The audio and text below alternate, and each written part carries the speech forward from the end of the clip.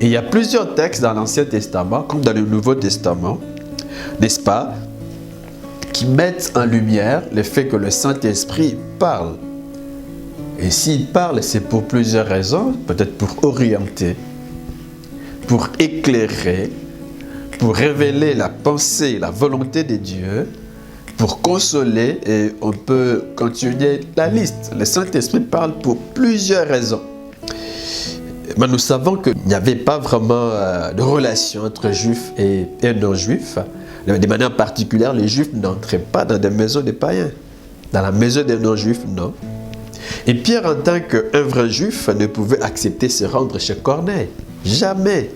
Comment se rendre chez Corneille? Un non-juif, un païen. Impossible. La loi juive n'autorise pas cela. Et Pierre, même s'il est chrétien, mais il est soumis à la loi juive.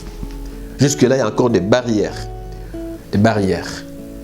Mais qu'est-ce qui va se passer alors que Dieu a besoin non pas seulement de juifs, mais aussi de non-juifs? Dans Acte 1:8, Jésus dit aux apôtres, il dit, vous recevrez une puissance. Le Saint-Esprit survenant sur vous, vous serez mes témoins à Jérusalem, dans toute la Judée, et il ne s'arrête pas là. L'évangile n'est pas seulement pour les Juifs, pour les Judéens, non, mais c'est pour tout le monde. C'est pour cela que la deuxième étape dans l'accomplissement de la mission était la Samarie, et on voit Philippe qui est à Samarie, mais ça ne doit pas s'arrêter à Samarie. L'évangile doit être proclamé dans toutes les extrémités de la terre. Mais comment? Déjà ici, on voit la porte qui s'ouvre vers les païens, mais les apôtres ne sont pas prêts. Pierre n'est pas prêt à aller vers les païens, non. Mais c'est le Saint-Esprit qui prend l'initiative, qui vient pour briser toutes ces barrières et vient parler à Pierre. Donc j'ai dit que Dieu voulait toucher les non-juifs. Et l'Esprit de Dieu intervient pour briser toutes les barrières et permettre la mission de Dieu auprès de non-juifs. Il dit à Pierre, lève-toi, descends. Lève-toi, descends.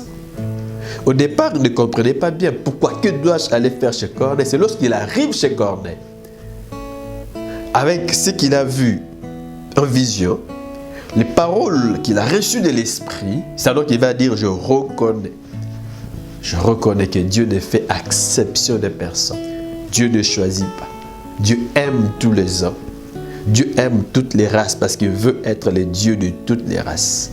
Le Saint-Esprit donc a aidé Philippe à faire tomber la mauvaise vision qu'il avait de Dieu. Que Dieu est particulariste, il n'est que le Dieu des Juifs. La mauvaise vision qu'il avait du salut de Dieu, et le salut n'est que pour les Juifs, pas pour les autres, non. L'Esprit vient pour faire briser cela.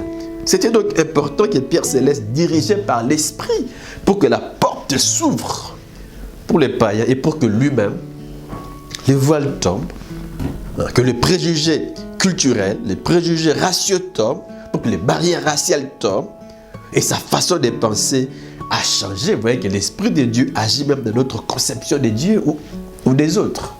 Dieu accepte des païens. Nous pouvons aussi les accepter. Nous pouvons aller vers eux pour leur annoncer l'évangile. C'est parce qu'il a écouté. L'Esprit parle.